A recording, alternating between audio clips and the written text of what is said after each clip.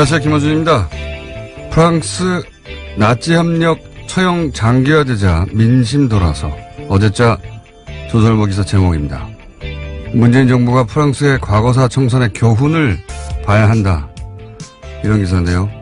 2차 대전 후 나치 부역자 재판을 통해 사형당한 사람이 1,500명, 수감자는 3만 8천여 명에 이르며 나치를 찬양한 언론인들은 총살로 단죄됐는데 왜 언론인에게만 가혹하냐는 비판도 있었다고 전하고 있습니다. 기자는. 이렇게 몇 년간 청산하다 사회당은 의석을 잃었고 드골이 이끄는 신생 우파는 원내 2당으로 도약했다고 기사를 냈습니다. 우리가 프랑스의 100분의 1만큼이라도 친일파 청산을 했나요? 우린 해방 후 친일 법적 처벌 단 한 명도 안 했습니다. 비교 자체가 안 되죠. 그리고 나치에 부역한 언론인을 엄하게 다스리는 건 너무 당연한 거 아닙니까? 부당한 권력에 저항하는 게 지식인의 책무 아닙니까?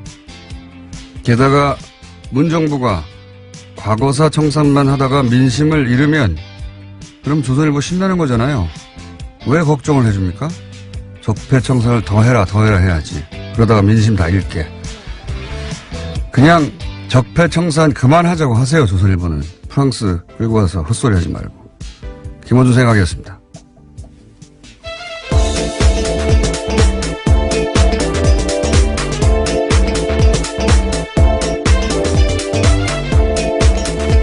시사인의 김은지입니다. 교수님, 날로 기괴한 논리들이 나오고 있습니다. 예, 설마 나치에 부역하는 행위에 언론인들에게 감정이입한 거라면 정말 참 비참하네요. 예. 굉장히 놀라운 기사였어요. 프랑스, 과거사 청산이 이런 식으로 사례로 쓰이는 건 제가 처음 봤습니다. 자, 그때 프랑스식으로, 예, 나치 부역 청산을, 일제 청산을 우리가 했으면 조선일보 문 닫았죠. 자, 첫 번째 뉴스는요? 네, 다스는 누구 겁니까에 대한 드디어 일가 친척의 가족 이야기까지 나왔는데요. 이상은 다스 회장의 아들, 그러니까 이명박 전 대통령의 조카 이동영 씨가 다스는 이 전 대통령의 아들 이시영 거다라고 말하는 음성 파일이 나왔습니다. 어제 MBC가 보도했는데요. 이동영 씨는 다스 부사장이고 이시영 씨는 자기보다 직급이 낮은 전무입니다. 2016년 7월 달에 다스 총괄 부사장이던 시절에 이동영 씨가 다스의 핵심 관계자와 이야기하던 통화입니다. 자, 일단 먼저 한번, MBC가 오랜만에 단독했어요. 예, 단독을 연속으로 몇 가지 연속을 했는데, 일단 그 오디오 파일, MBC에서 보도했던 오디오 파일 들어보겠습니다. 시영이는 지금 MB 믿고 해서 뭐 자기 거라고 뭐 회사에서 마음대로 하고 있잖아. 예, 이 대목은, 이동영 씨, 이제, 다스의 명부상 회장이고 최대 주주죠. 예. 이상은 회장의 아들, 이동영 씨가, 누구와 통화하는지는 모르겠습니다만. 네, 이시영 다스의 씨. 전 핵심 관계자다라고 합니다. 누군지 저는 알 것 같아요. 근데 여기는 안 나왔으니까.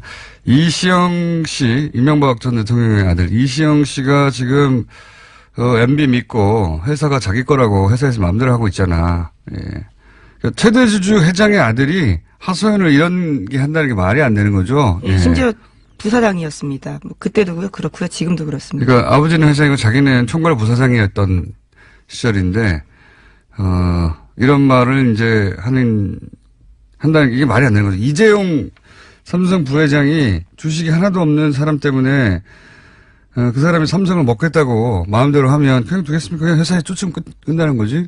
그럴 수 없는 거죠. 예. 이 관계를 드러내는데 이게 파일이 이게 하나가 아니에요. 자, 그 다음 연속도 꼭지가 여러 개 나왔죠. 예. 네, 또 강경호 다스 사장이라는 사람이 있는데요. 이 사람이 이명박 전 대통령에게 지시를 받고 다스 경영에 깊숙하게 개입하고 있다라는 식의 이야기도 있습니다. 그리고 이제 녹취 중에 이제 이런 것도 있었습니다. MBC가 단독으로 보도한. 회장도 나도 희생했다. 예.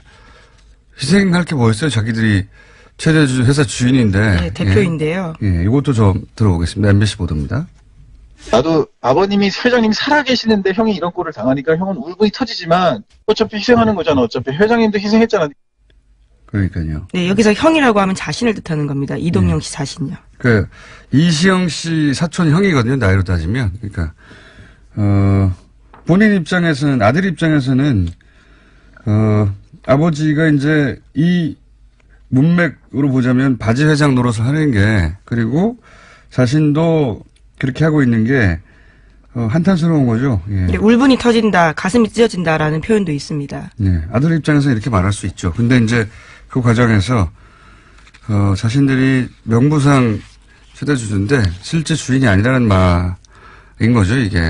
또 있습니다. 네, 이명박 전 대통령의 아들 이시영 씨가 다스를 접수했다라는 식의 언급도 계속해서 나오는데요.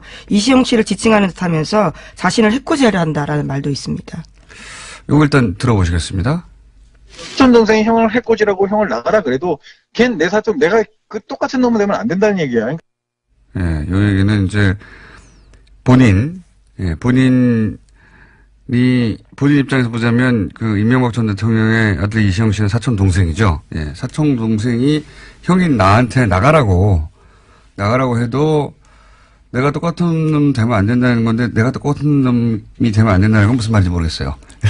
이건 모르겠고 하여튼 똑같이 권력 싸움 할 수 없다라는 취지의 예. 얘기인 것 같은데요. 권력 예. 싸움을 할 수 없잖아요, 실제. 예. 그러니까 이시영 씨가 이제 지금 그 전까지 총괄 부사장을 하고 있던 본인 이동영 씨를 쫓아내려고 한다. 네, 차근차근 권력을 접수하고 있는 과정에서 나온 네. 발언입니다.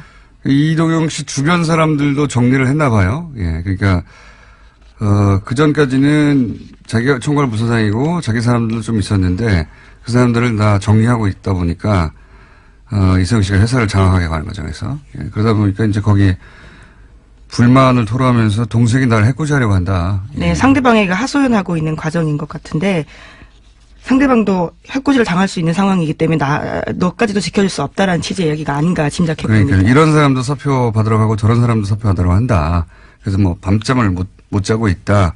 그러니까 실소유주 아들이니까 실소유주 아들이 이 회사 내 거 해가는 과정에서 불만을 토로하고 있는 이제 그 덕분에 저희는 최대 주주 회장님의 아들인데 실제로는 아무 힘이 없구나 하는 걸 알게 되는 녹취 파일의 내용을 MBC가 단독으로 몇 개를 연속 보도했습니다. 네. MBC의 폼이 돌아오고 있나요? 아직은 모르겠네요. 어쨌든 관련해서 가장 적나라한 단독 최근 다스 관련해서는 그렇습니다. 그리고 또 마침 또 이상한 회장의 아들 이동영 씨가 어제 검찰 출석을 했죠. 네, 다스 125호 관련해서 수사 중인 동부지검에서 피해자 신분으로 나갔습니다. 자신의 개인 비리 혐의까지 받고 있는데 납품업자한테 각종 리베이트 받았다라는 것까지 있습니다. 자, 들어가는 과정에서 기자들이 당연히 이제 다스 누구 겁니까? 물어봤어요. 여기에 대해서, 이동영 부사장의 답변 들어보시겠습니다. 그건 당연히 저희 아버님이 지분이 있으니까 저는 그렇게 생각하고 있고요. 네, 공식적인 답은 다스는 그렇습니다. 누구 것이냐? 저희 아버님이 지분이 있으니까 전 그렇게 생각하고 있다는 건 아버님이 다스의 주인이라고 생각하고 있고 이런 말이죠. 예.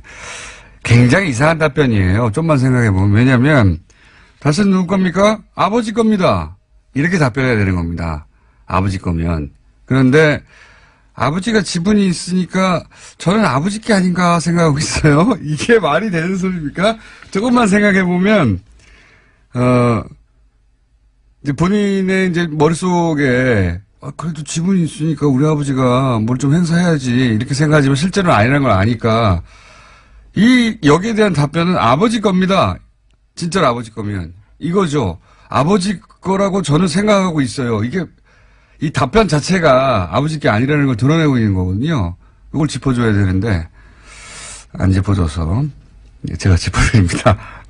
자기 건데, 자기 거라고 생각하고 있어야는 이상한 답이잖아요. 내 겁니다. 아버지 겁니다.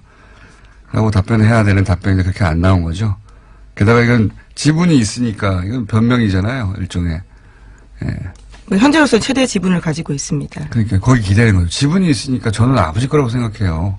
이 말 자체가 지분이 있는데도 아버지 거로 아무도 인정을 안 해준다는 얘기죠. 예. 그게 드러난 답변입니다. 자, 예리하게 한번 짚어놓고. 자, 다음 순요. 네, 어제 김명수 대법원장이 입장문을 냈습니다. 법원 블랙리스트와 관련해서 계속해서 후폭풍이 있는데요. 김명수 대법원장은 조사 과정에서 나온 문건 내용은 대다수 사법부 구성원들이 상상하기 어려운 거다라고 인정했습니다. 그제 대법관 13명이 내놓은 입장과는 다소 다른 이야기인데 별도 기구를 구성해서 추가 조사에 나서는 등 법원 행정처 개혁하겠다라는 입장도 밝혔습니다. 요 사안은 저희가 이제 이정열 전 판사님을 3일째 모시고 이야기 잠깐 나눠볼 텐데 이게 지금 이제 김명수 대법원장은 어떻게든 법원 자체적으로 이 문제를 해결하려고 하는 것 같아요. 근데 이제 첫 번째 조사에 대해서, 사법부 내에서도, 그리고 밖에서도 이것까지 되냐고, 뭐 납득할 사람이 아무도 없죠. 조사 파일도 한계가 있고. 네, 다 열어보지도 못했습니다. 아주 그러니까요. 일부가 나온 거거든요. 그것도 폴더를 다 열어본 것도 아니잖아요. 예. 지금 그 파일을 확보하고 내용을 열어본 방식이 크게 3가지 검색을 해서 명단과, 그러니까, 그러니까 이 사람들이 걸려있지 않을까 싶은 명단, 그리고 2개가 뭐였죠? 이정일 판사한테. 키워드를 또 가지고 있는데. 이정일 판사한테 물어보기로 하죠. 그 3가지 축으로 검색을 해서 나오는 것만 한 거지, 폴더에 하나하나 들어간 게 아니에요. 예. 검찰의 수사를 맡긴다는 게 이제 입법, 사법, 행정 한 축인 사법부로서는 이게 이제 자존심도 상하고 나쁜 선례가 될까 생각하시는 것 같아요. 네, 더 이상 자존심의 문제가 아니고요. 행정부의 수장조사도 혐의가 있으면 검찰 조사를 받았습니다. 저는 사법부 통째로 검찰 수사를 받는다는 건 뭐 상상할 수 없는 일이니까 문제가 된 개별 판사들 몇 수 수사를 의뢰해야 하는 게 아닌가. 사법부 차원에서도 그렇게 생각이 드는데 제가 대법원장이 아니기 때문에 이 이야기는 잠시 후에 이정열 판사님과 이야기 나눠보겠습니다. 네, 그런데 검찰이 어제 관련된 고발 사건을 재배당하고 본격적인 수사에 나설 준비에 나섰는데요. 지난해 한 시민단체가 양승태 전 대법원장과 당시 법원행정처 간부들을 검찰에 고발한 바가 있습니다. 또 법원의 추가조사위원회가 판사들의 컴퓨터를 열어본 것을 문제 삼아서 자유한국당에서 김명수 대법원장 고발한 건도 있거든요. 이 건에 대해서 나눠져 있었는데요. 하나로 몰아서 정리한다고 어제 검찰이 발표했습니다. 적어도 그 양승태 전 대법원장과 이 파일을 작성한 사람들은 검찰에 고발해야 되는 게 아닌가. 개별적으로는 검찰이 그 사람들을 대상으로 해야 되는 게 아닌가 싶긴 한데 처음부터 끝까지 다 사법부 내에서 자체적으로 개혁하고 자체적으로 방안을 만들어서 발표하고 하는 것으로 저는 그런 식으로 넘어가면 두고두고 씨앗을 남기는 게 될 거라고 봐요. 예. 그렇게 해서는 안 된다고 보는데, 사법부가 뭐, 일개 부처가 아니다 보니까 쉽지 않은 결정인가 봅니다. 자, 다음 뉴스는요. 네, 관련해서 눈에 띄는 소식이 하나 더 있는데요. 대법원 추가조사위원회가 발표한 조사 결과 보고서 별지가 굉장히 화제입니다. 이 내용이 그대로 들어가 있기 때문인데요. 여기에 보면 추가조사위가 이 문건을 발견한 곳에 BH라는 폴더가 있다라고 합니다. 그러니까 청와대를 의미한다라고 볼 수 있는데요. 거기에서 열어본 파일이 이제 하나밖에 없는 건데 나머지 파일들도 청와대에 보고한 게 아니냐라는 의심을 사고 있다고 합니다. 좀 전에 말씀드렸지만 당연히 컴퓨터를 열어서 그 안에 있는 폴더 하나하나를 열어봤을 거라고 생각하지만 그렇게 못했어요. 그걸 허용하지 않았기 때문에. 그냥 키워드 몇 개를 정해서 검색하라고 한 겁니다. 그중에 걸린 거거든요. 근데 이제 지금 이야기한 그 법원행정처하고 우병우 민정수석하고 주고받았다. 전원 합의체로 해부어달라 요구하고 그걸 받아주고 하는 그 문서가 나오는 게 BH라는 폴더에서 나왔다는 겁니다. BH, 청와대죠, 청와대. 여기 파일 하나만 들었겠어요? 이걸 열어봐야 되는데 이 BH 폴더를 못 열어본 거죠, 지금은. 네, 그렇죠. 지금은 협조가 되지 않은 상황이기 때문에 네. 강제 수사가 아니어서 하지 못하고 있습니다. 그냥 파일 하나가 걸렸는데 그걸 열어봤더니 이런 내용이 나왔고 그 파일이 어디 있었지 하고 그 경로를 확인했더니 그 폴더였다는 겁니다. 그 폴더 안에 100개의 파일이 있는지 1000개가 있는지 1개가 있는지 몰라요. 근데 뭐 폴더를 따로 만들었으니까 1개 있겠습니까? 지금 딱 하나 나온 건데. 박근혜 전 대통령, 특히 최순실 씨 관심사안 재판 관련해서 저는 요청이 엄청 많이 갔을 거라고 보고, 왜냐면, 박근혜 최순실 그렇게 해도 된다고 생각하는 사람들이었거든요. 그리고 양승태 대법원장의 사법부도 그런 요구가 있으면 응해야 된다고 생각했던 게 드러났잖아요. 네, 실제로 김영환 민정수석의 비망록이나 안종범 전 수석의 업무 수첩에도 관련 내용들이 있습니다.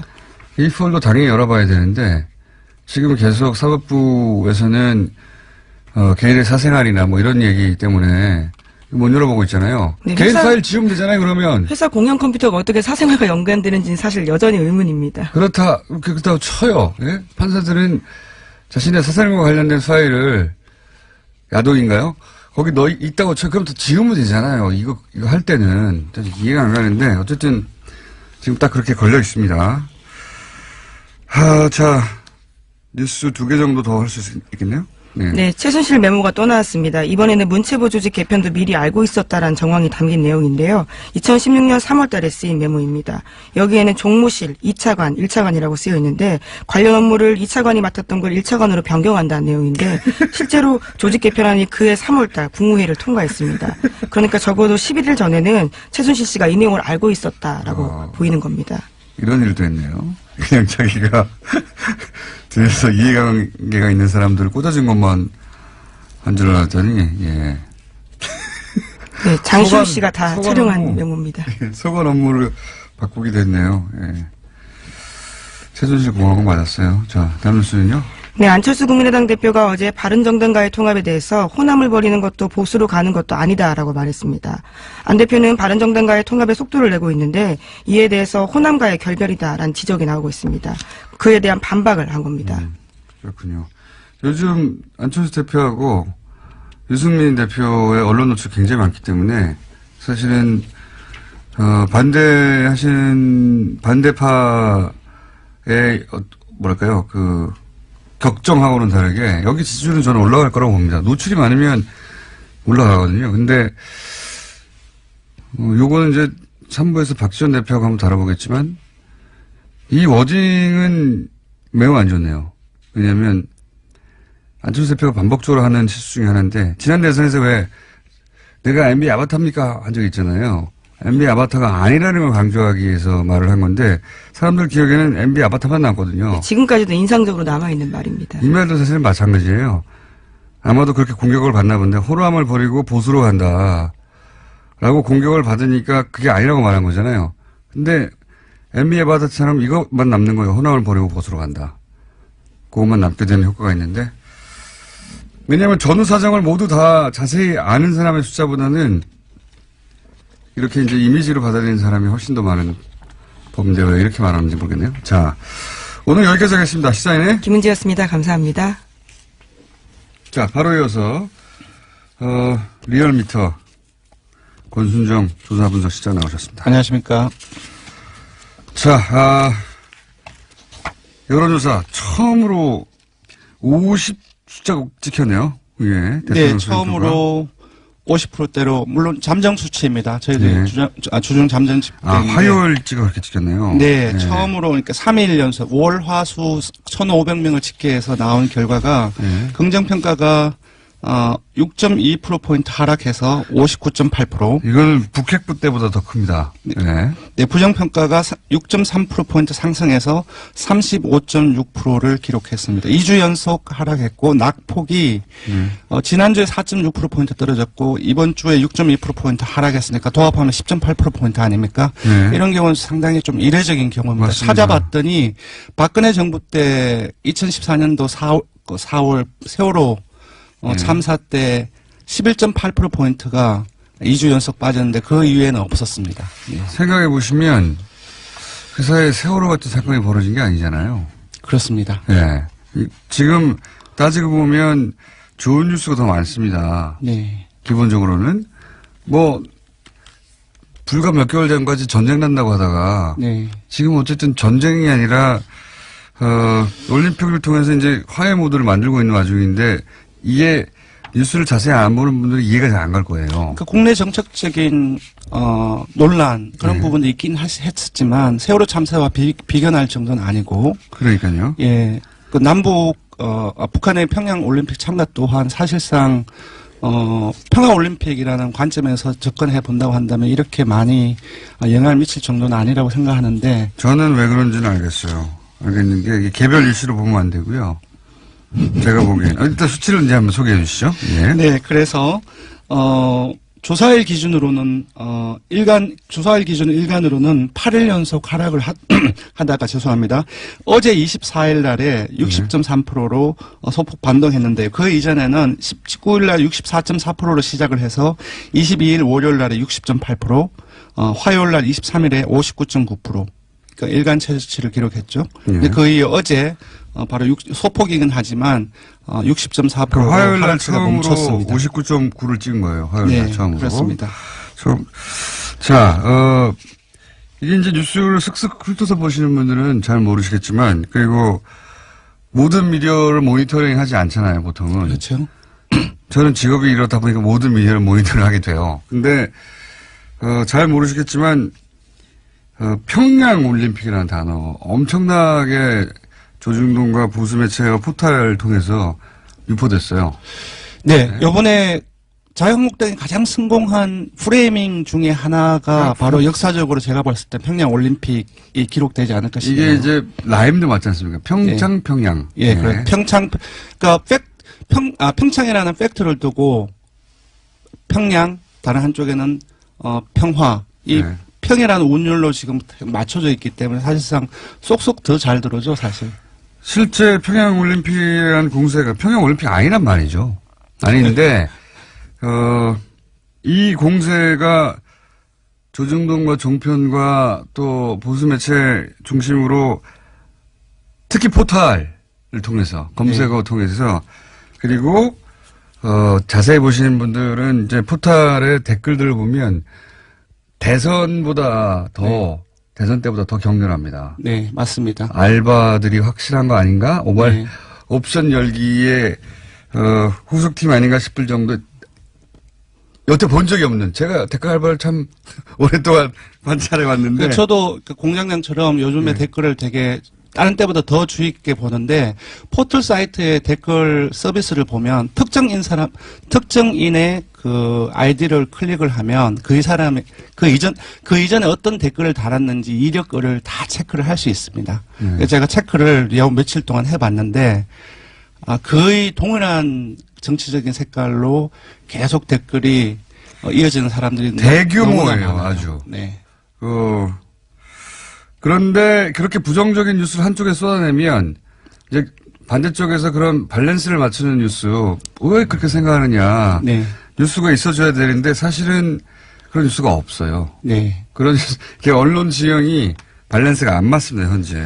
네, 그렇습니다. 대대적으로 쏟아내고 그게 일정 정도 영향을 줘서 화요일은 59.9, 뭐 나머지는 60%, 뭐 59.9도 높긴 해요, 사실은. 대통령 지지도로. 그렇습니다. 지금 전 사실상 세계적으로. 59.8%면 60%인데 상당히 높은 거죠. 높은 근데 게 이제 하지만 앞에 7자가 찍혀 있다가 5자가 찍혀 있으니까 불과 며칠 상당히 사이에. 예, 불과 며칠 사이에. 그리고 이제 그것보다 숫자보다 중요한 거는 아마도 이해 못할 겁니다. 청와대에서 제가 보기에는. 청와대에서는 뭔가 잘하고 있다고 생각이 들거든요. 잘 풀리고 있다. 네, 네. 드디어 불과 며칠 전까지 전쟁한다고 하다가 이제 올림픽을 통해서 그런 대화의 계기를 만들고 다 좋아지고 있는 것 같은데 왜 이렇게 폭락하지? 이해를 못할 거예요. 예, 청와대 같은 경우는 지난 21일 일요일부터 어제까지 4일 연속 대통령의 입을 빌어서 아니면 청와대 그 대변의 입을 빌든지나 4일 연속 평창 올림픽 협조 요청 발언을 했어요. 회의 자리든 아니면은 춘추관에서든. 보도가 잘 안 됩니다. 예, 이게 보도가 이제 거의 안 됐어요. 과거 같은 경우에는 이렇게 남북 단일팀이나 또는 뭐 이런 올림픽에 이렇게 참여한다. 대대적으로 이게 의미가 뭔지 설명을 해줬거든요. 지금은 단일팀 얘기가 나오면 그 의미를 설명하는 게 아니라 바로 그 아이스하키 팀이 가지고 있는 개인들이 가지고 있는 불만, 개인이 불만이 있을 수 있죠. 그 보도로 바로 갑니다. 그러니까 이게 어떤 의미가 있는지 보도 혹은 이게 어떤 계기가 될 수 있는지 혹은 뭐 그 개인들이 입는 피해는 어떻게 구제할 것인지 이런 보도는 없어요. 보신 분들은 아시겠지만 일방적으로 때리는 겁니다. 그냥 다 잘못했어요. 북한과 관련해가지고는 네, 그렇습니다. 그런 뉴스만 쏟아지지. 어쨌든 지난주까지는 아무래도 국내 정책적인 이슈 또한 많은 요인이 됐다고 보는데 이번 주의 6%포인트 하락 같은 경우는 아무래도 평양 올림픽 이 프레이밍 효과 그리고 그로부터 언론의 어떤 여러 가지 어떤 기사들 보도들 이 많은 그렇죠. 영향을 미친 것 같습니다. 기사뿐만 아니라 그 기사와 그 프레임이 특히 포털을 통해서 계속 반복적으로 최근 한 3주간 연속으로 예, 뭐 현송월 점검단을 두고서 뭐 KTX 특별 배차라든지 신호등 이렇게 자동적으로 가게 만다든지 그런 부분들이 너무나 그렇죠. 많이 현성을 점검단이 왔는데 신호등 열어줬다고 그걸 어찌나 비난을 하는지 예전에는 상상할 수 없었던 건 접근이거든요. 네. 어쨌든 이번 주 떨어진 것은 TK 대구 경북하고 보수층 그리고 어느 정당도 지지하지 않는 중도층. 회색 지대라고 할 수 있는 무당층에서 많이 빠졌습니다. 자, 그래서 처음으로 화요일 날 59.9를 찍었다. 네, 예. 그렇습니다. 다른 요일은 뭐 60을 간신히 넘긴 했는데 네. 모르겠습니다. 이런 식으로 일방적으로 그 올림픽 관련해서 특히 계속해서 공세가 이어지면 어떻게 될지 모르겠고. 자, 그러면 시간이 많이 지났네요. 정당 지지를 빨리 짚어주시죠. 예, 2주째 민주당과 정의당이 하락하고 야3당이 동반 상승했습니다. 잠깐 숫자만 불러드리겠습니다. 숫자 쭉 민주당이 46.1%로 하락해서 19대 대선 이후 최저치를 기록했습니다. 한국당은 2.9%포인트 상승해서 21%로 19대 대선 이후 처음으로 20% 선을 넘었습니다. 효과를 보고 있는 거죠. 예, 국민의당은 7.0%로 상승했고요. 바른정당 역시 6.3%로 상승했습니다. 아까 말씀하셨던 여러 가지 보도가 그 통합 관련 보도가 많이 되면서 올라간 것을 보입니다. 정의당은 사진 많이 나오면 올라가요, 원래. 예, 정의당은 4.9%로 하락을 했고요. 잠재정당 지지도를 잠시 보면은 통합개혁신당이 12.7%로 2.8%포인트 상승했습니다. 사진 많이 나오니까 올라가네요. 예, 통합반대개혁신당은 조금 소폭 하락해서 3%를 기록했습니다. 조사계열을 말씀드리면요. 네. 이번 주중조사는 TBS 에러로 월요일부터 수요일까지 사흘 동안 19세 이상 5,009명을 대상으로 유무선 전화면접 자동응답 혼용 방식으로 실시를 했습니다. 포근오차는 95% 신뢰수준 플러스 마이너스 2.5%포인트, 응답률은 6.1%였습니다. 포털 말고도요, 각종 커뮤니티. 대학 커뮤니티 같은데, 젊은 세대가 잘 가는 커뮤니티 있잖아요. 네. 대학교의 커뮤니티도 댓글 알바가 붙은 건 난 처음 봤어요. 제가 한번 점검하거든요. 네. 정말 대규모 물량이다, 이건. 이거 진짜 심각하게 다뤄야 됩니다. 자, 예. 사법부 강제수사 해야 되느냐? 국민 여론은 강제수사 많겠죠. 예, 맞습니다. 요번 조사는 찬성과 반대를 물었습니다. 강제수사에 대한 찬성과 반대. 예, 검찰은 특검이 강제수사 해야 되느냐. 찬성이 69.7%로 응답자 10명 중 7명에 이르는 사람들이 찬성을 했고요. 반대는 28.7%가 나왔습니다. 너무 당연한 결과인 것 같습니다. 자, 지금까지 리얼미터 권순정 조사분석 실장이었습니다. 감사합니다. 고맙습니다. 잠정 제목이 정해졌습니다. 1일 법정 드라마. 이정열 전 판사님 나오셨습니다. 안녕하십니까. 네, 안녕하십니까. 저는 이 사태가 정말 중대한 사안이라고 생각하는데 언론들이 잘 안 다루네요. 그렇게까지. 네. 그래서 저는 3일 연속으로. 네. 네. 다른 뉴스 많은데 다른 뉴스들도 중요하지만 이 사안은 정말 근본적으로 우리 국가 시스템에 영향을 미치는 뉴스니까. 그렇습니다. 계속 다뤄야 된다고 생각하는데 안 다뤄서 또 다루려고요. 저만 아침잠을 못 자고 있습니다. 자, 일단, 이 보고서가 얼마나 재밌는지. 네. 기자들이 구해서 안 읽으시나 봐요. 진짜 재밌는데. 그러니까요. 예, 구해서 읽어보십시오. 네. 구하려면 얼마든지 구할 수 있으니까. 저한테 연락 주세요. 특히 별지가 재밌습니다. 네. 별지. 이 별지라는 게 뭐냐면, 추가조사위원회에서 조사 보고서를 내면서 인용을 한 문건들이 있습니다. 그 문건들을 별도의 그 문건으로 만들어서 첨부를 했는데 그것을 얘기하는 거죠. 별지가 한 50몇 페이지 됐는데요. 예. 거기 보면 굉장히 적나라한 문구들이 많이 있죠. 네. 예. 송모 판사에 관해서 예를 들어서 뭐 분석한 걸 보면 본인 이걸 보면 기분 굉장히 나쁠 것 같아요. 알 거예요. 봤을까 이미? 봤을 거고요. 그리고 이건 좀 진지한 분위기에서 이런 말씀드리긴 뭐한데 정말 정확하게 분석했다.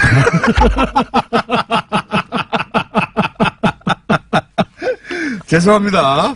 혹시 제가 재판 중에 이분을 만나게 될지도 모르죠. 만날 일은 없습니까?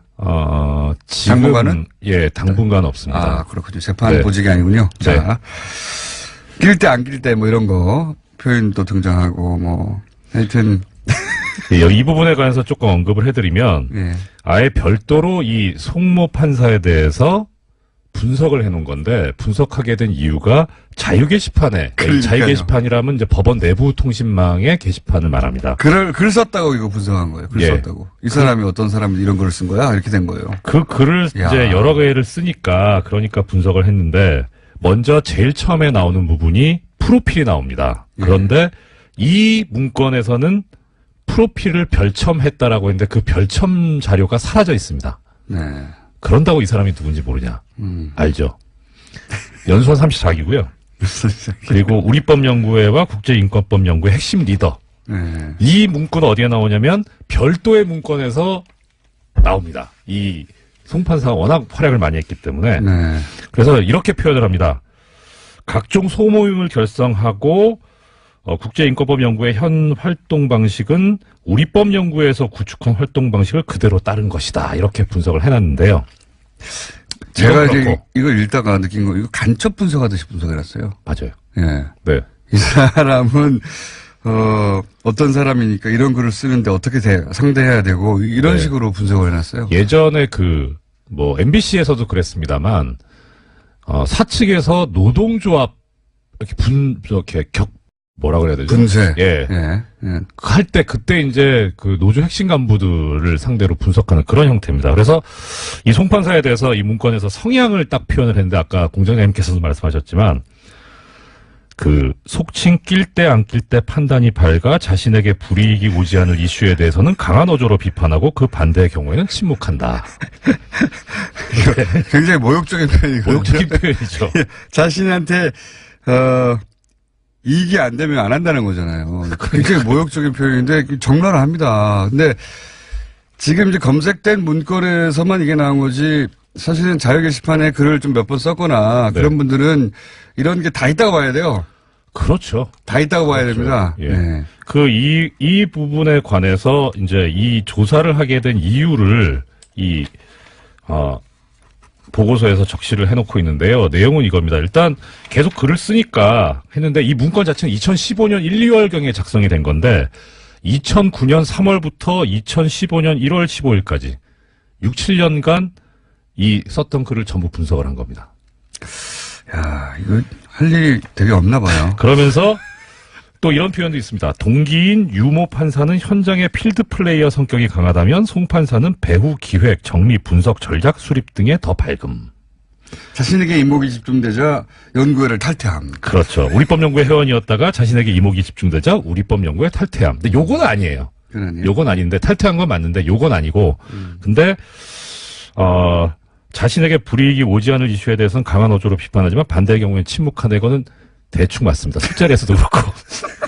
선동과 기질. 뭐 예, 이런 그런 거. 표현이 있습니다. 선동과 아웃사이더 비평가 기질이 있어서 이슈 발생하면 주변 법관들을 선동하는 기질이 다분하다. 그다음에 집행부에 대한 불신과 의혹이 크다.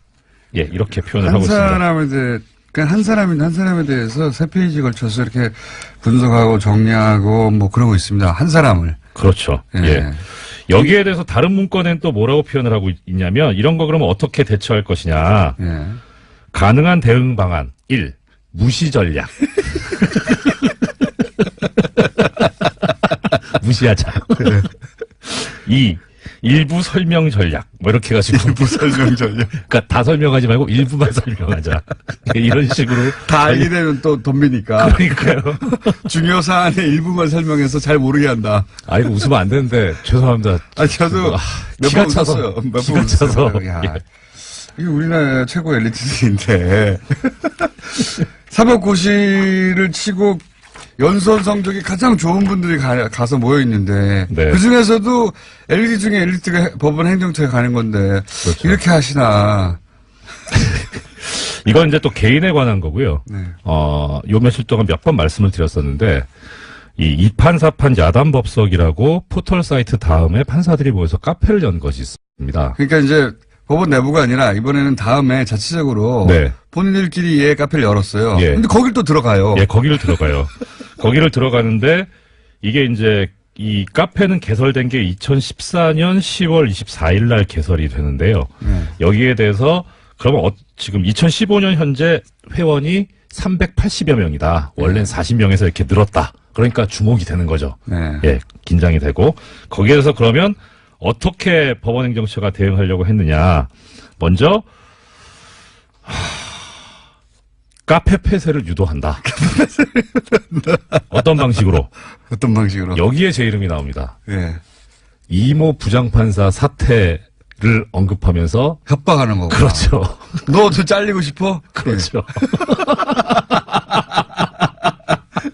두 번째, 회원으로 가장해서 카페 내 활동 중단에 대한 글을 게시한다.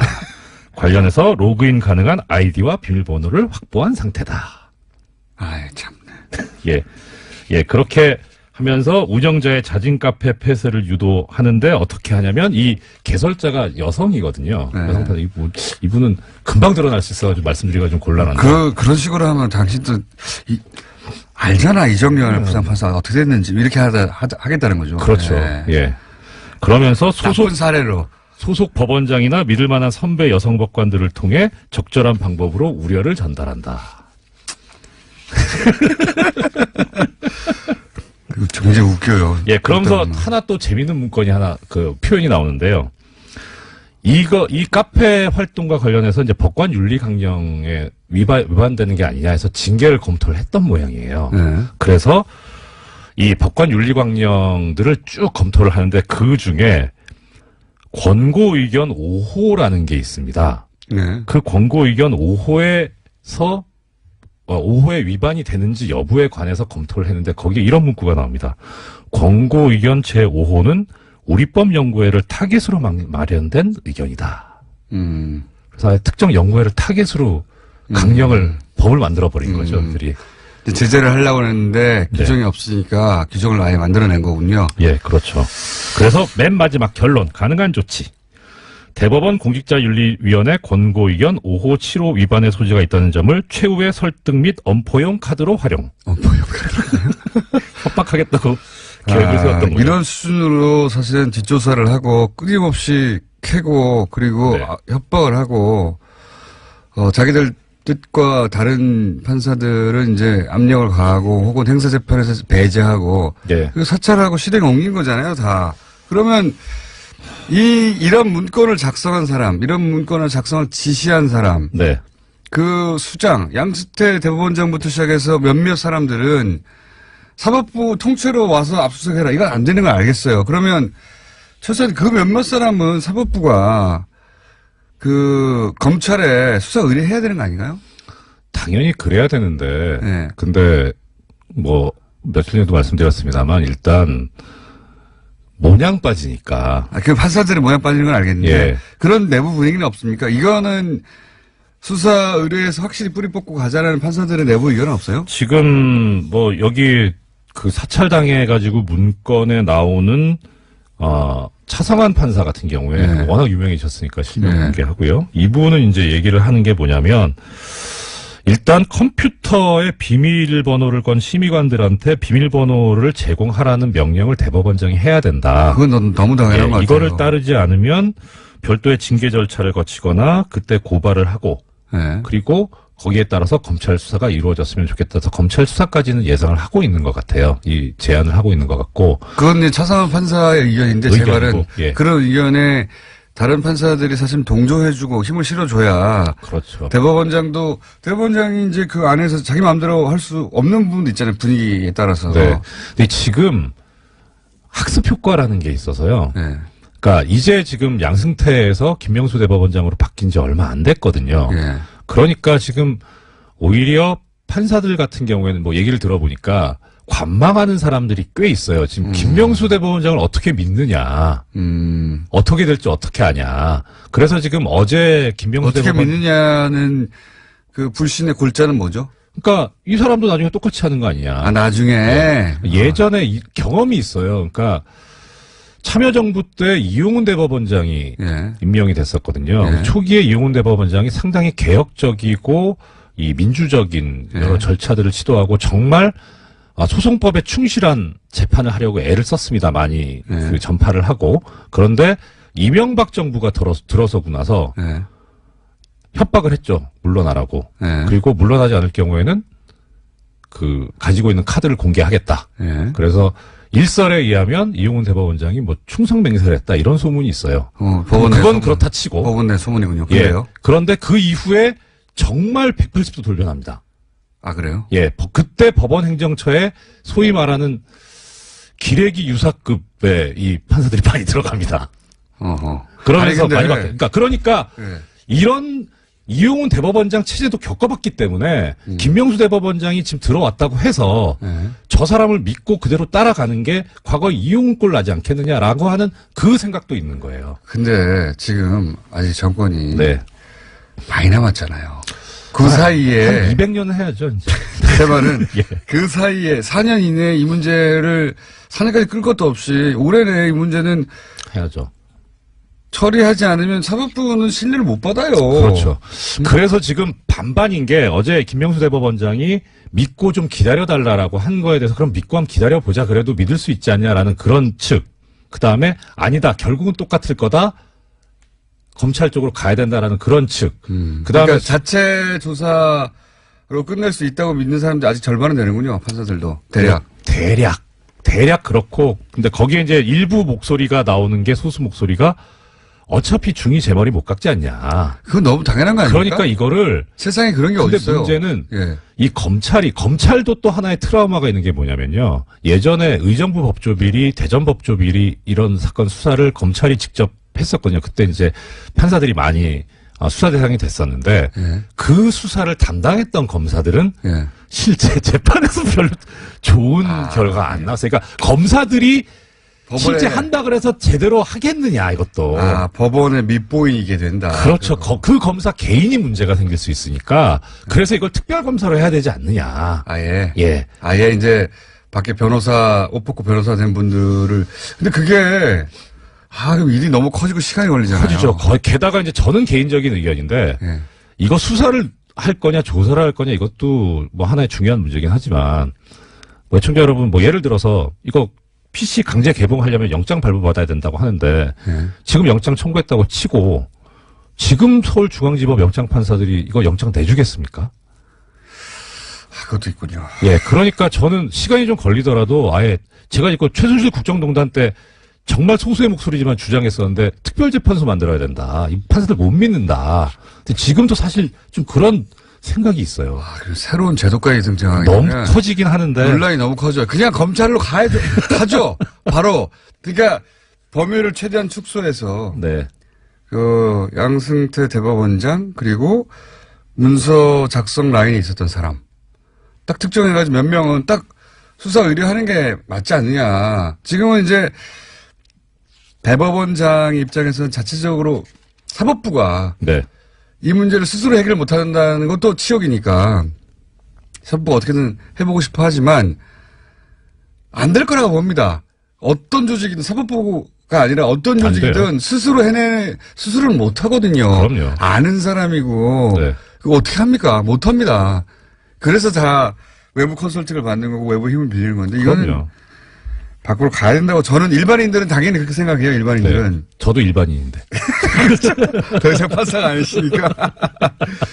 이거, 대법원장이 이제 어제, 1차 조치로는 부족하다는 거는 이제 절실하고, 절실 깨닫고, 2차 조사한다는데, 거기서 강제로 비밀번호 못 열고, 파일 전체 검색 못하면 수사를 가야 된다고 봅니다, 저는. 그럼요. 그리고 하나 이제 뭐 약간 시간 있으니 짧게 말씀드리면 이 보고서에도 그런 얘기가 나옵니다. 여러 가지 이제 기술적인 걸 동원했는데 특히 하드디스크와 SSD인가? SSD. 예. 예. 근데 SSD는 이 저장 매체 특성상 복구가 상당히 힘들답니다. 그래서 완전히 미궁에 빠질 수도 있지 않냐라는 그런 우려가 보고서에도 담겨 있습니다. SSD 저장해라 뭐 이런 얘기가 있어요? 아니 SSD까지 제출을 받았는데 그건 복구가 더 힘들더라. 그렇군요. 예. 자, 오늘 여기까지 하고 또 다를지도 모릅니다. 네. 이정렬 전 부장판사였습니다. 감사합니다. 네, 고맙습니다. 자, 정치 구단주. 예, 오늘 들을 말이 아주 많습니다. 국민의당 박지원 전 대표 스튜디오에 나오셨습니다. 안녕하십니까. 오늘은 안녕합니다. 안녕 못합니다. 몇 달 하시다가 예. 안녕합니까? 왜냐하면 희망이 있습니다. 우리가 민주평화당 당명을 어제 결정해서 예. 오늘 오후 2시 목포 해양대학교 강당에서 전남 발대식을 합니다. 목포가 제 지역구이고 김대중 지역구 아닙니까? 출생지 아닙니까? 드디어 이제 민주평화당이 창당됐고 예. 이제 그 출발을 김대중 대통령의 고향인 목포에서 이 박지원의 지역구인 목포에서 합니다. 그러니까 안녕하죠. 그 몇 달 전부터 말씀하신 개문 발차를 드디어 하시는 거네요. 네, 그렇습니다. 개문 발차. 여기에 탑승 인원이 몇 명이나 됩니까? 초반에? 지금 현재는 비례대표를 포함해서 네. 17, 8명? 비례대표는 잘하면은 예. 20명이 넘을 겁니다. 비례대표는 그런데 지금 출당 안 시켜줄 것 같지 않습니까? 끝까지? 그렇습니다. 그러면 그분들을 유승민 빼고. 대표는 예. 출당시켜줘야 된다 하고 고집덩어리 안철수 대표는 하지 않겠다고 하는데 예. 안철수 대표가 무엇으로 유명해졌습니까? 아름다운 양보 유명해졌는데 이제 저는 안철수 대표가 아름다운 이별을 택할 때가 됐다. 그래서 이제라도 이성을 찾아주기 바란다. 이렇게 말씀드립니다. 그런 말씀 오랫동안 하셨지만 한 번도 안철수 대표는 거기 호응한 적이 없기 때문에 안 하실 것 같아요. 오늘부터 좋은 얘기 해야 됩니다. 좋은 얘기. 네, 왜냐하면 아름다운 이별을 위해서. 네, 그렇죠. 왜냐하면 안철수 대표가 박원순 시장에게 아름다운 경선, 아름다운 양보를 했고 또 문재인 대통령 후보에게도 양보를 해가지고 떴거든요. 그런데 그 후 행보를 잘못해가지고 추락을 했는데 이번에 아름다운 이별을 하면은 다시 뜰 수도 있기 때문에 희망을 가지고 있습니다. 그렇게 안 하실 것 같아요. 그렇게 안 하실 저도 그렇게 같아요. 그러면은 비례대표를 빼고 나면 15명 정도는 최소한 확실히 의사를 밝혔다. 네, 그렇습니다. 15명이라고 보면 됩니까? 예. 제가 오늘 하는 블랙하우스에서 이영주 의원을 모셨는데 사실은 거기서 15명이라고 숫자를 꼭 찍어서 말씀하시더라고요. 네, 그렇습니다. 지난 월요일 녹화 때. 15명을 확보됐다? 네, 그렇습니다. 그런데 이제 거기에 그 3분 정도의 비례대표가 있고 비례대표는 출당을 굉장히 어려운 상황인 것 같으니까 그러면 20명은 되게 어려운 거 아닙니까?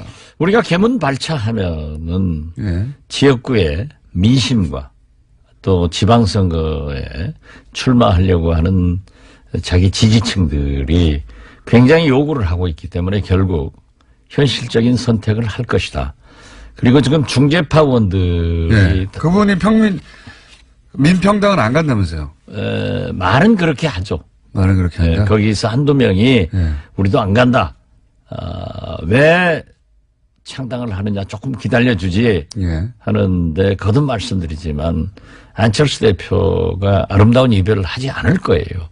그리고 그 중재파 의원들의 충정과 애당심은 이해합니다. 예. 그렇지만 절벽에다 대고 그걸 몇 번 얘기하지만은 안철수 대표 어제도 고민해 보겠습니다. 그래가지고 시간 벌기용으로 써먹는 거예요. 진실성이 없는 거예요. 최후 통첩이라고 하는 건 중재파가 이제 안철수 대표가 당대표를 내려오고 예. 그리고 중립적인 상황에서 전당대회를 하자 이 제안을 한 거지 않습니까? 예. 거기에서 통합을 물어보자. 예. 라고 하는데 안철수 대표는 그렇게 되면 부결될 것이고 자기는 만약 통합이 되지 않으면 외국으로 나가야 된다. 그래서 제가 곧 비행장에 나갈 것 같습니다. 나가야죠. 그래도 정리가 있는데. 그러니까 이제 그걸 안 받아들이려고 안철수 대표가 당대표직을 유지하면서 끝까지 전당대회를 해버렸어요.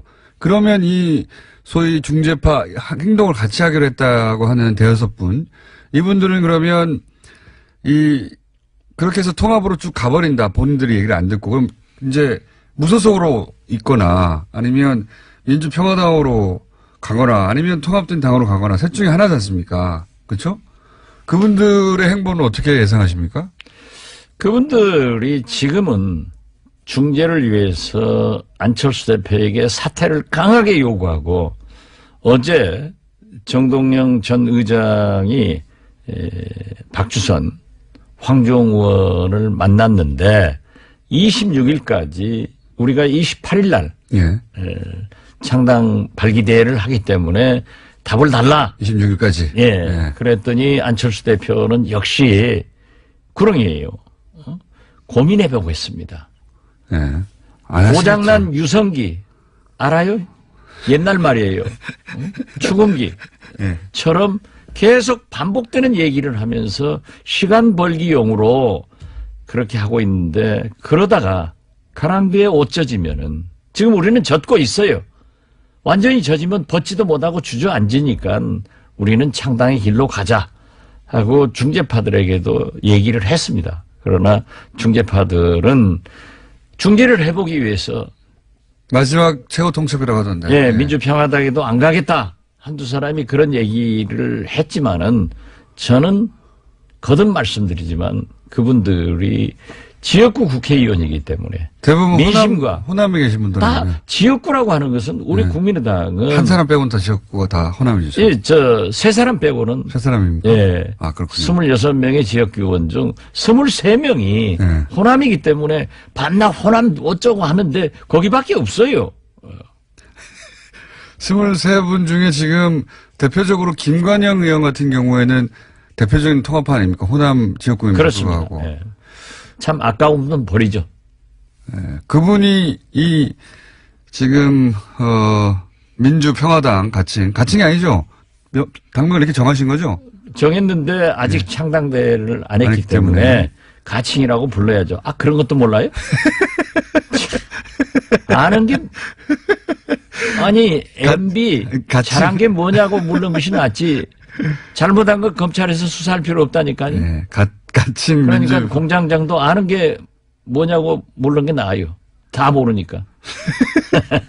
가칭 민주평화당 여기가 최대 23명 정도는 되겠군요. 만약에 다 오면. 근데 그중에서 저희는 그렇게 계산하고 있고 네. 그렇게 예측을 하고 있습니다. 어, 그런데 우리가 네. 자꾸 말씀드렸지만은 교섭단체에 연연할 필요 없어요. 아름다운 이별을 안 해주고 비례대표를 붙들고 있다고 하더라도 정치자금, 국고보조는 안철수 당에서 더 가져갈 수 있지만은 우리하고 같이 행동을 한다니까요. 그렇기 때문에 비례대표들이- 똑같아요. 이거는 어떻습니까?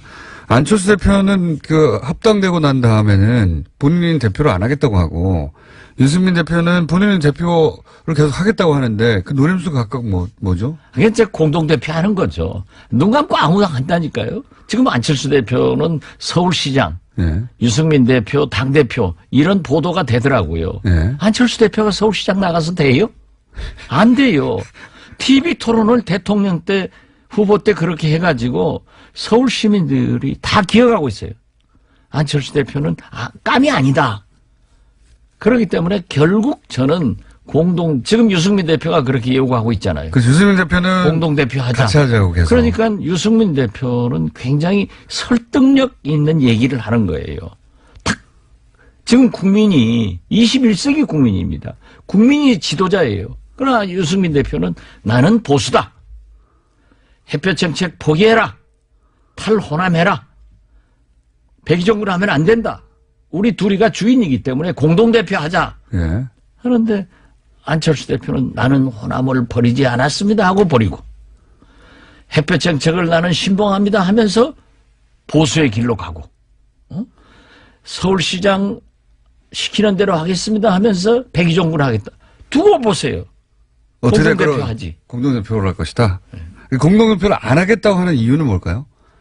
쇼라니까요. 이 박지원이가 예.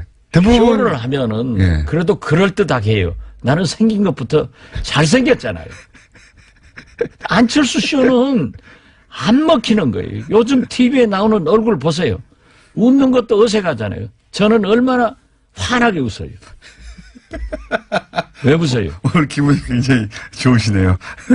아, 민주평화당이 창당하는데.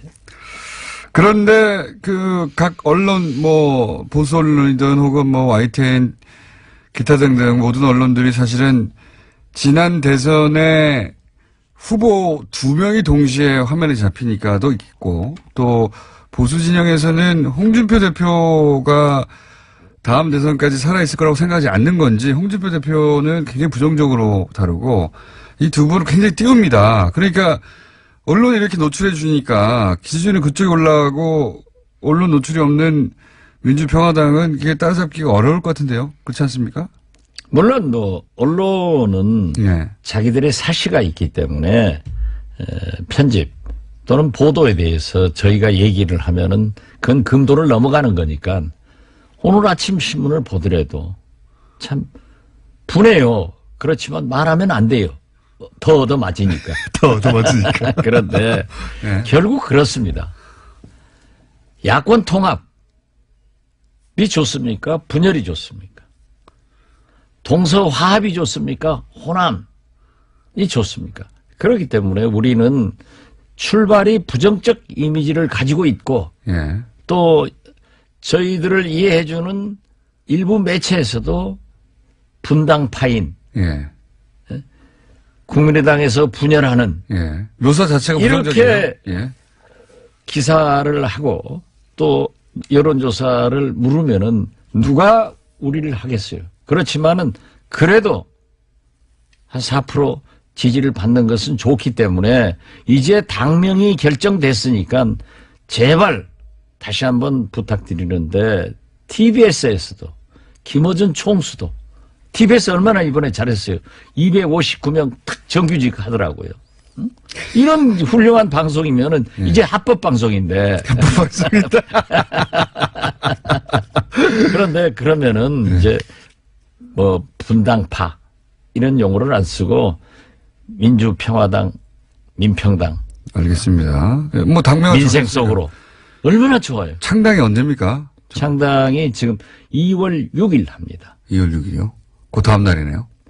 2월 4일. 예. 예. 우리는 저지의 목표를 두지만은 여사일 정단되니까 이 다음 단날이군요. 예, 저지가 되더라도 안철수는 절대 대표직에서 안 물러갑니다. 그러니까 저지가 돼도 분당하는 거죠.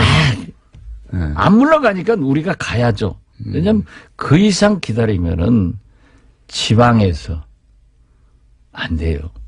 지방선거를 치를 수가 없다. 안 되죠. 그러니까 그리고 우리 지지층에서도 너희들이 창당한다고 하고 그것도 못하느냐 이런 분노가 우리에게도 쌓여 있어요. 그렇기 때문에 저희들이 그러면 창당을 해나가면 지지도가 올라갈 것이다. 전당대회에서 합당을 저지하는 게 목표이긴 하나 서로 저지하더라도 우리는 더 이상 같이 할 수 없는 사이가 되었으므로 창당하고 만약 안철수 합당한다. 대표가 물러나간다고 하면은 네. 우리가 국민의당에서 리모델링 해야죠. 예. 민주평화당처럼. 또 리모델링 당명도 한다. 바꿔야 되고. 당대표에서 물러나면 그렇죠. 예. 그런데 절대 안 물러날 사람이에요. 그럼 전당 지금 우리 중재파들의 계산이 잘못하는 게 철수는 철수하지 않으니까 중재파 당신들이 철수해라. 내가 그렇게 요구하고 있는 겁니다. 그러면 지금 생각하시는 목표치에 도달하는 것은 2월 6일이면 될 수도 있겠네요. 2월 4일 날 결과가 나오면 예.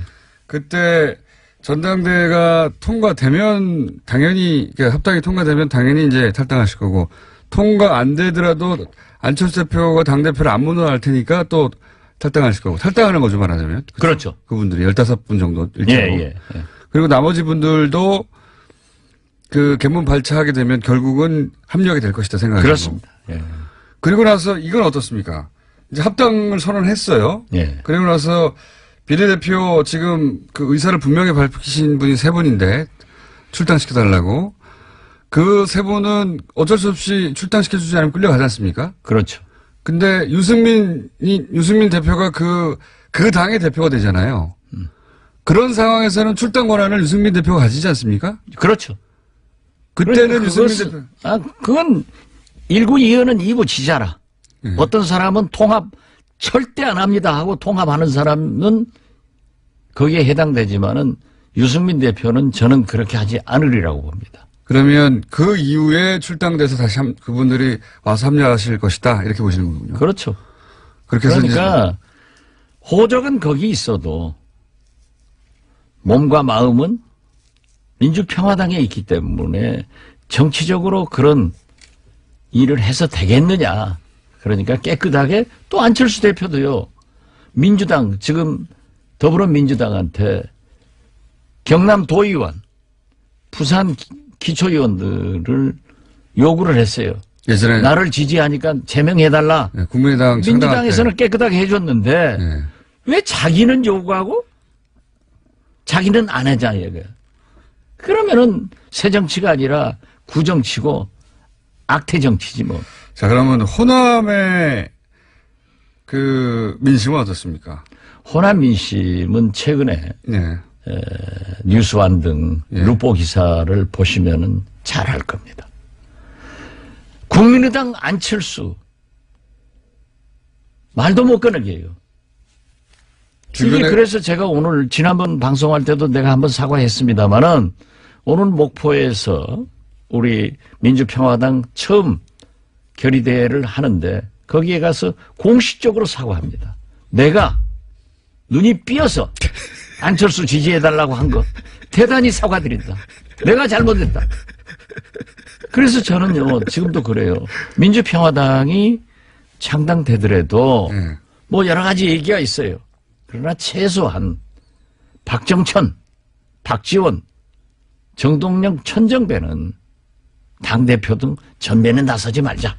네. 우리가 나서면은 안철수한테 져서 우리가 해먹는다. 이렇게 하니까는 후배들에게 길을 터주고 우리는 뒤에서 병풍 노릇하자. 이거지. 저는 나설 리가 없어요.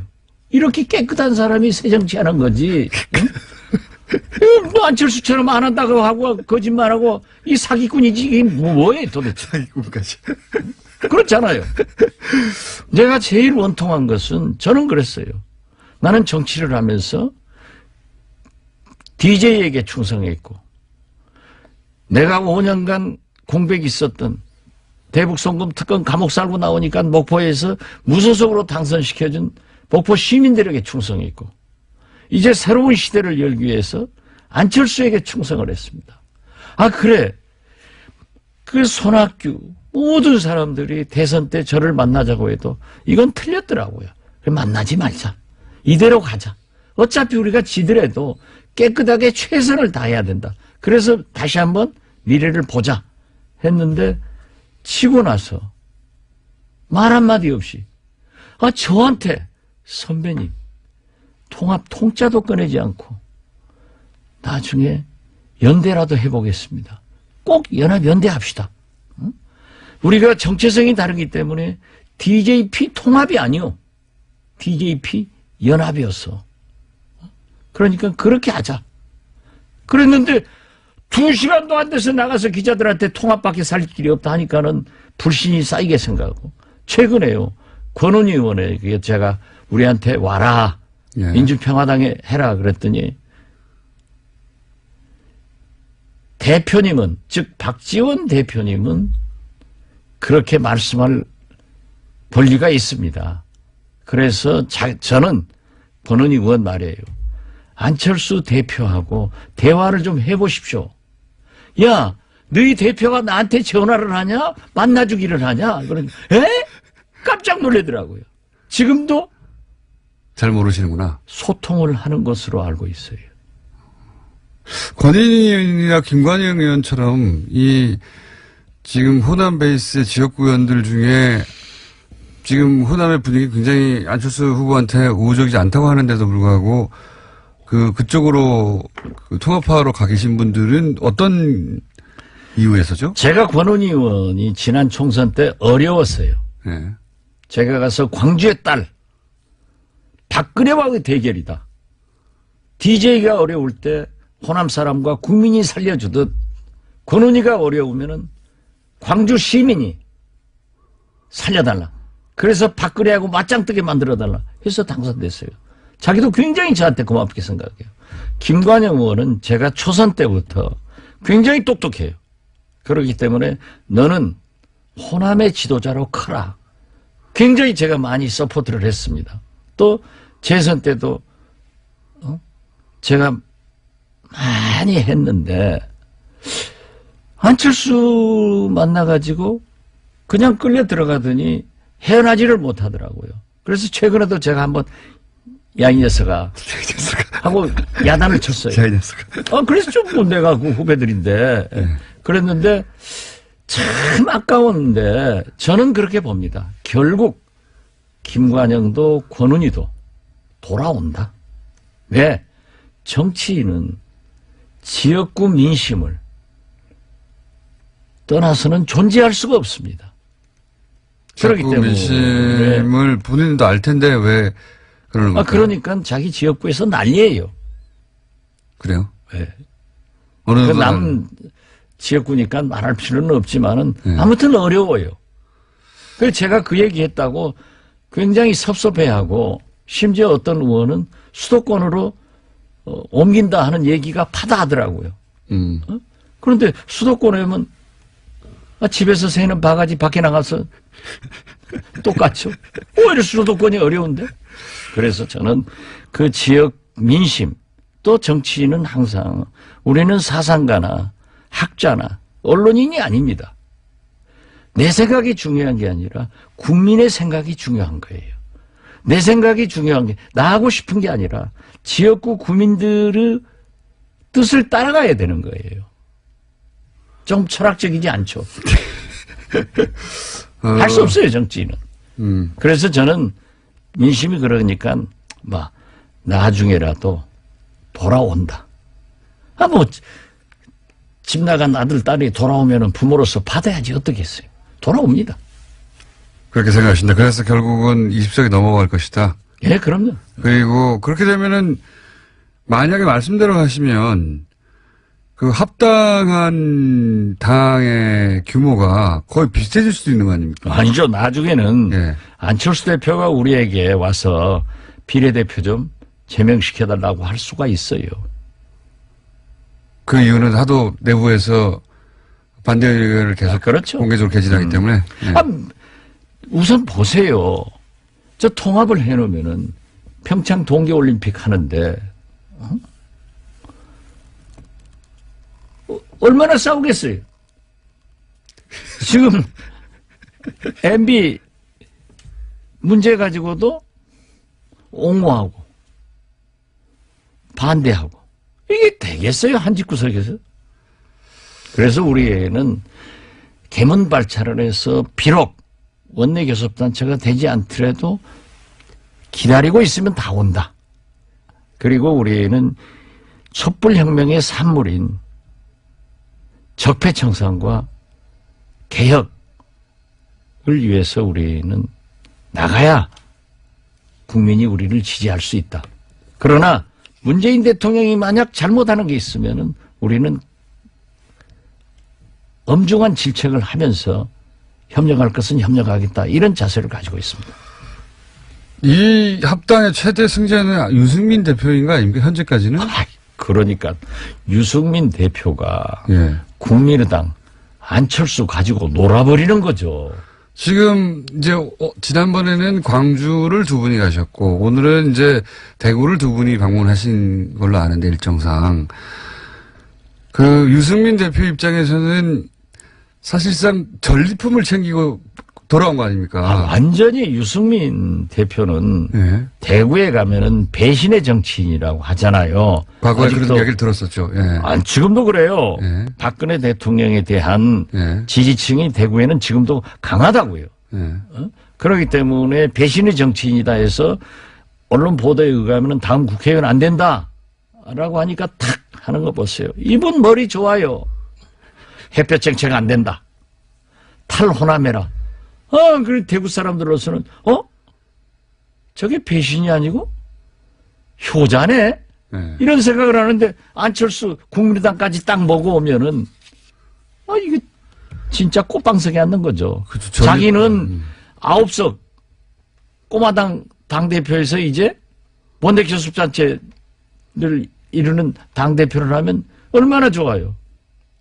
안철수 대표는 왜 이걸 하는 걸까요, 근데? 이제 본인이 계속 여러 가지 하는 얘기가 이제 보수의 적자가 되겠다는 전략인데. 아니, 그러니까. 이게 제가 수차 얘기했지만은 안철수 대표는 대통령 해보려고 진보 개혁에 위장 취업했다가 대통령 떨어지니까 저 한국당 보니까 홍준표 대표 가지고는 안 된다. 또 언론에서도 취급을 안 해주고 보수 본류에서도 저거 가지고는 안 된다 하니까는 국민의당을 우리를 끌고 데리고 가서 보수의 대통령 후보가 되고 집권을 대통령이 돼보겠다. 대통령 병 걸렸으니까 눈에 보이는 게 없어요. 아니 그런데 거기까지는 박지원이 예. 데리고 가서 자기가 좋을 게 뭐 있어요?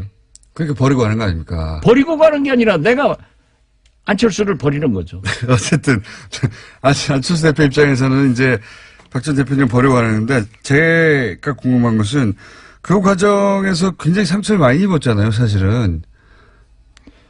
그러니까 요즘 이제 왜 이런 플랜을 짰을까 좀 안철수 이해가 잘 안 제가 가서요. 예. 매일 공격을 하니까 저는 제 고향이 진도예요. 진돗개는 한 번 물면 절대 놓지 않습니다. 진돗개는 물어가지고요 흔들어 버려요. 또 놓지도 않고. 그런데 제가 매일 공격을 하니까 그 졸개들이 안철수 졸개들이 저를 공격하는데 누가 손해예요? 저는 대통령 안 나와요.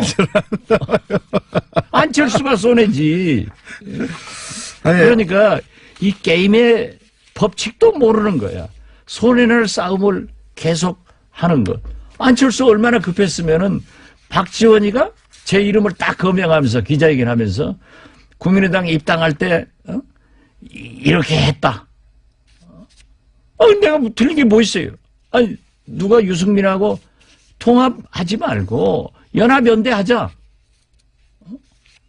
그리고 문재인 대통령에 대해서도 나한테 그래요 요즘. 왜 문모닝 하더니 요즘은 안 모닝 하냐? 문재인 무서워서 그러냐? 제가 뭐 무서워요? 제가 문재인 요즘도 제일 많이 때려요. 여자 아이스하키 팀 같은 거 동일팀 해봐야 어려우니까 설득을 했어야 된다. 이런 거 하는 거예요. 그런데 보세요. 저하고 안철수하고 싸우면 누가 손해예요? 그리고 안철수도 싸울지도 몰라요. 말을 나보다 못해. 박지원 대표님이 이제 처음에 합리적 진보 개혁적 보수하고도 같이 하자 했었지 않느냐. 근데 왜 이제 와서 합당을 반대하느냐라고 이제. 같이 하자는 거예요. 예, 같이 하는데. 연대하자는 거예요. 합당하자는 건 아니다. 이 말씀이신 거예요. 그렇죠. 예. 아니, 유승민의 예. 다름을, 저는 보수를 절대 욕하지 않아요. 그분들도 계셔야만이 체크앤 밸런스가 되는 거예요. 그런다고 평창 동계올림픽을 평양올림픽이니. 그 말이 안 되죠. 민족이 아니고 국민이 아닌 거예요. 그게 어떻게 그렇다 이 소리를 하냐고. 아니 설사 잘못한 게 있다 하더라도 만약에 평창 동계올림픽에 북한이 참여를 하지 않고 미사일이나 몇 발 쏴버렸으면은 대한민국 동계올림픽 되고 강원도 동계올림픽 되는 거예요. 그런 것을 그렇게 모진 말로 해서 되겠어요? 오늘 또 보니까 북한 현 월송입니까? 송월입니까? 예. 거기 송월. 예. 송월. 예? 거기 내려오니까 우리 언론은 다 보도했는데 우리 마식령 스키장 답사단 가니까 북한 언론에서 보도 안 했다. 이건 자기들이 보도해놓고 우리가 북한에서 시켜서 보도했습니까? 자, 오늘 여기까지 해야 될 것 같습니다. 그러면 안 된다 이거예요. 네, 알겠습니다. 그러니까 충분히. 그렇게 생각하는 유승민 의견도 우리는 존중해줘야 돼요. 그렇지만 안철수처럼 그렇게 위장 취업해서 여기서 해먹으려다 안 되니까 또 저쪽으로 가고. 대표님? 더 해요. 그만하셔야 될 것 같아요. 왜냐면 이제 드디어 똑같은 얘기를 반복하시기 시작하셨어요. 자, 지금까지 기분이 좋으신 네. 당분간은 국민의당 박지원 전 대표라고 해야 되겠고. 아닙니다. 곧 이어서 이제 가칭 민주평화당의 의원. 1개 의원. 박지원 의원이었습니다. 감사합니다. 네, 감사합니다. 불친절한 AS. 네. 그 문건이요. 예, 사찰 문건. 어떻게 할까요? 참여연대 사이트 가면은 문건이 올라와 있다고 하네요. 예. 저희가 안 올라와 있으면 저희 페이스북에 올릴까 했는데, 거기 참여연대 사이트 가면 있다고 합니다. 네, 누구나 다운받아서 보실 수 있으니까, 궁금하면 읽어보십시오. 아주 재밌습니다. 나경원 의원은 이번 주에 안 나오나요? 아쉽게도, 예. 가정사 때문에 갑자기 취소됐습니다. 다음 주에 나오실 거고요. 그 외에 이번 주부터 유튜브에 비디오가 올라오는 걸 보고 있는데 김은지 기자가 쌩얼인지 알려주세요. 글쎄요. 저는 한 번도 생각해보지 않았는데 아마 그대로 바로 출근하니까 완전 쌩얼은 아니겠죠. 예. 최소한의 변정을 하겠죠. 쌩얼인지 아닌지 모르겠습니다. 했다면 자연스러운 화장을 한 것 같네요. 별걸 다 궁금해하시네. 자, 그리고 합법방송 인정받은 거 축하드립니다. 그렇군요. 그리고 오늘은 블랙하우스 하는 날입니다, 11시에. 예. 저도 살짝. 지난주에 손석희 사장님과 유시민 작가 최강 투톱을 나세워서 블랙하우스로 가는 시청자를 막아섰던 만행을 기억하고 있습니다. 뉴스 공장에서라도 아무 데서도 광고 안 해주니까 자체적으로 한 줄 광고했습니다. 11시에 꼭 보세요. 예, 여기까지 하겠습니다.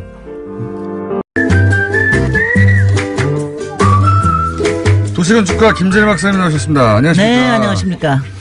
자, 오늘 주제는 뭡니까? 우리 겨울에 정책 공부 계속해서 하는데 지난주에는 이제 주택 정책 중에 주택 보급률이라고 하는 가장 첫 번째를 얘기했고요. 네. 오늘은 아파트 공화국 대한민국 우리나라 공화국 맞죠? 예. 근데 아주 흥미롭게도요. 이 아파트 공화국이라는 말을 처음으로 붙인 사람은 프랑스 분이에요. 그래요? 네, 발레리 줄레조라는 분인데 한국의 아파트에 대한 박사학위 논문을 썼어요. 한국의 아파트를 연구하고 한국의 아파트를 연구하고 프랑스 사람인데 프랑스 사람인데 지리학자인데 여기 와가지고서는 제가 좀 그 연구 논문을 제가 좀 도와줬기 때문에 여러 번 만났기 때문에 압니다. 신기하다고 네. 생각했구나. 그래서 그러니까 본인이 충격을 받았던 거예요. 신기하죠. 특히 외국 사람이 처음에 오면은 이 아파트에 대해서 정말 이건 뭐야? 이런 생각을 하거든요. 해외에 좀만 우리나라 사람도 해외에 좀만 길게 있다가 들어오면 네. 그 이제 공항에서 쭉 들어오다가 아파트를 보는 순간 그런 생각이 듭니다. 우리가 이랬구나. 네. 그리고 이제 그때는 더군다나 이제 프랑스 같은 경우에는 솔직히는 프랑스나 뭐 유럽에서도 1945년 전쟁 끝난 다음에 그런 아파트들을 많이 지었어요. 못 사는 사람들 신도시도. 주로 못 사는 사람들, 이민자들 뭐 이런 사람들이 들어왔는데 그리고 그것도 자꾸 슬럼화가 되고 그래서 이제는 그런 아파트는 안 짓는다. 라고 하던 판에 여기 오니까 뭐 엄청나게 경제적으로 부흥이 되고 그때 올림픽 일어나고 막 이러는데 이거 그 사람 한마디로 표현은 다 이제 그렇게 얘기를 합니다. 군대 병영을 보는 것 같다. 모든 게 남쪽으로 일자로 쫙 진열돼 있는 맞아요. 이런 병영을 보는 것 같다. 충격적이죠, 사실. 굉장히 충격적인 풍경입니다. 우리는 그냥 익숙해졌는데 우리는 별로 이제 뭐 다 익숙해졌기 때문에 그렇지만 지금도 외국에서 사람들이 오면은 알고 와도 충격적이라는 얘기를 해요. 굉장히 이상한 주거 형태거든요. 그리고 이제 그 다음에 이렇게 생각들을 합니다. 그러니까 모스크바나 러시아에는 이런 게 꽤 많아요. 그러니까 이게 사회주의 나라냐 여기가 이 얘기하는 사람들이 굉장히 많습니다. 맞습니다.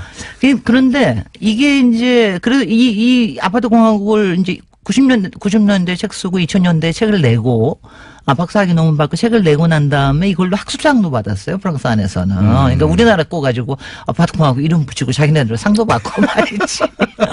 그 양반이 분석한 이유나 뭐 이런 건 뭡니까? 그런데 이제 왜 그러면 이렇게 됐느냐. 네. 근데 아파트 공화국이라는 이름을 들으시면 일단 어떠세요? 기분 느낌. 나쁘죠. 왜 나쁠까 근데? 뭐랄까요? 네. 우리나라 사람들이 주거에 대해서 가지고 있는 상상력의 한계나 또는 너희들은 그냥 아파트에 다닥다닥 붙여 사는 사람들이잖아라고 이렇게 문화적으로 굉장히 낮게 보는 듯한 낮게 느낌. 보는 듯한 느낌이죠. 그래서 사실 공화국이라는 말이 나쁜 말은 아닌데 예, 앞에 이상하게 아파트 아파트 공화국 그러니까 우리가 무슨 막 통제당하는 것 같고 우리가 뭐 이런 느낌 일률적인 것 창의성이 같고 없고 없는 것 같고 막 네. 이런데 그런데 보세요. 지금 아파트가 지금 우리나라 얼마 이상이 사는 것 같습니까? 몇 %나 아파트 안에서 사는 것 같습니까? 절반 정도 절반은 넘습니다. 그렇죠. 근데 절반 넘어요? 넘은 지는 한참 됐는데 네. 이제 60%예요. 인구의 60%가 이거 60%. 그래 지금 이제 전체가 한 1,900만 호를 조금 넘었어요. 우리나라의 주택 수가. 네. 그중에 1,000만이 넘었습니다. 한 1,030만 정도 되는데 앞으로 더 늘겠죠. 근데 이거 한 가지가 있어요. 아파트 외에 그럼 어떤 주거 형태가 있느냐? 단독주택이 있고 그다음에 나머지가 다세대 연립주택인데 다세대 연립이 한 또 20% 차지해요. 네. 근데 아파트라는 이름이 우리는 지금 아파트라고 하면 뭐가 떠오르세요? 모양이? 모양이 성냥갑처럼 일단 일률적이고. 성냥갑처럼 그다음에 일률적이고 그다음에 높이 쓰고. 그렇죠. 그러니까 예전에 90년대만 하더라도 사실은 아파트 그러면은 되게 5층이나 12층짜리 이렇게 다닥다닥 이렇게 쭉 일렬로 쓰는 이런 것만 했는데 지금 우리도 많이 바뀌었습니다. 많이 고층화가 됐고 지금은 이제 아파트 그러면 다 고층이라고 생각을 하죠. 근데 아파트라는 이름이 네. 왜 나왔을까요? 그것도 이상하지 않아요? 왜냐하면 일본에도 아파트가 있습니다. 네. 일본에는 우리 같은 고층 아파트나 이런 거는 다 맨션이라고 그래요. 그리고 아파트는 뭘 아파트라고 하냐면 다세대 주택을 아파트라고 그래요.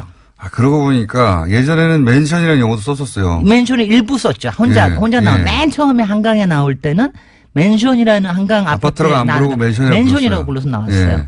그리고 가령 아파트먼트라는 거는 가령 프랑스 같은 데서는 아주 모든 게 다 아파트예요, 솔직히. 예. 그리고 미국에서는 아파트먼트는 뭘 얘기하냐면은 우리가 생각하는 아파트는 뭐냐면은 그쪽에서는 콘도미니엄이에요. 콘도미니엄이라고 부르고 아파트먼트는 임대주택을 아파트먼트라고 부릅니다. 예. 그러니까 일종의 이제 그 공공임대주택 있잖아요. 이런 걸 또 아파트라고 부르고. 근데 왜 우리는 아파트라는 이름을 저걸 했을까? 그것도 법적인 용어예요. 발음이 신기하네. 좋잖아요. 아파트. 노래 나가기도 좋아. 내 아파트 아름다운 발음하기도 나의 좋고, 아파트 예. 뭐 이런 식의. 예. 그러니까 그런지 근데 만약 일본의 규정까지 따른다면 사실은 60%가 아니라 다세대 주택, 연립주택도 다 아파트이기 때문에 거의 80% 이상이 아파트에서 하는 거예요. 그럼 이거 하나도 이상한 게 아니죠.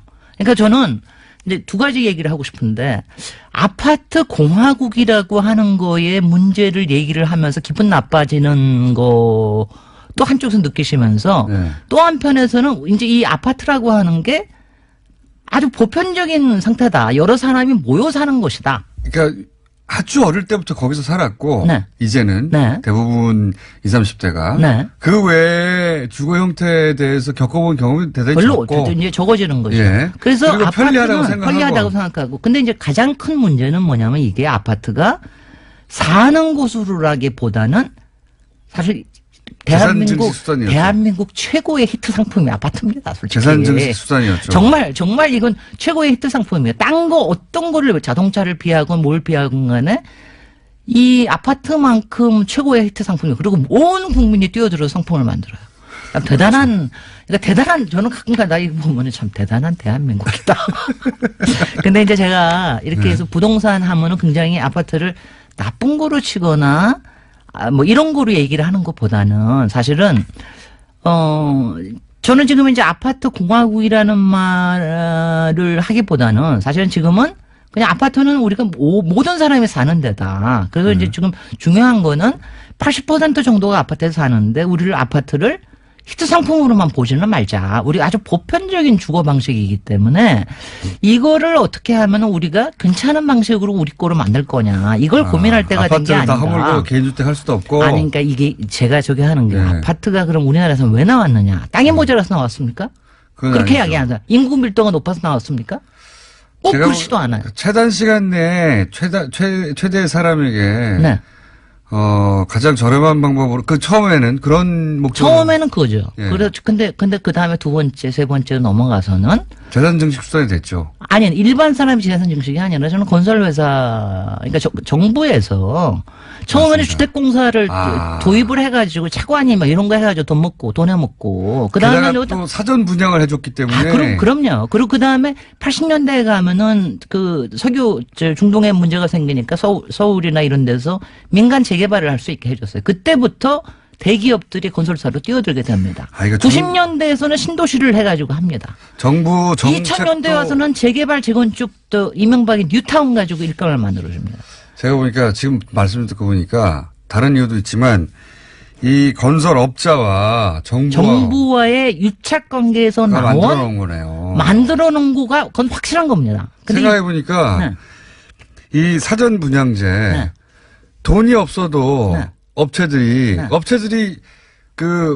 집 살 사람 돈으로 건물을 짓는 거 아닙니까? 그러니까 그런 게 업체들은 없거든요. 땅 짓고 헤엄치게 하는 거고요. 그렇죠. 정부는 땅에 대한 규제만 풀었다 쪼였다 하면서 하는 거고요. 그게 정권에 따라 다르고 특히 이제 민간 건설사들이 많아지면서부터는 민간 건설사들이 끊임없이 먹거리를 적용해 주는 거예요. 우리가 아파트를 좋아하는 문화여서가 아니라 생각해 보니까 정부가 건설업자하고 그렇게 결탁해서 이쪽을 몰고 왔네요. 그런 점에서는 최고의 히트 상품이자 그런 부분에 조정돼 왔다라는 거를 우리가 인식을 해야 됩니다. 정책이 하나 잘못되면 이렇게 되는 거구나. 그러니까 첫 단추를 이렇게 잘못 끼우면 이렇게 되는 거예요. 그리고 나서는 한 번 이 맛을 본 업자들이 계속해서. 근데 지금도 재건축 초과 이득 환수제 같은 것 때문에 난리치는 이유 중에 하나도 바로 이것 때문입니다. 그러니까 끊임없이 다음에는 이러면서 도시를 망쳐가는 겁니다. 그래서 이해왔어요. 이제는 아파트 공화국의 의미가 어떤 거냐 이미 만들어지면 어떡합니까? 자 이제 그거는 저거 하는데 다 얘기할 수는 없어요. 오늘은 아파트 공화국이라는 걸 가지고 아파트 얘기했고요.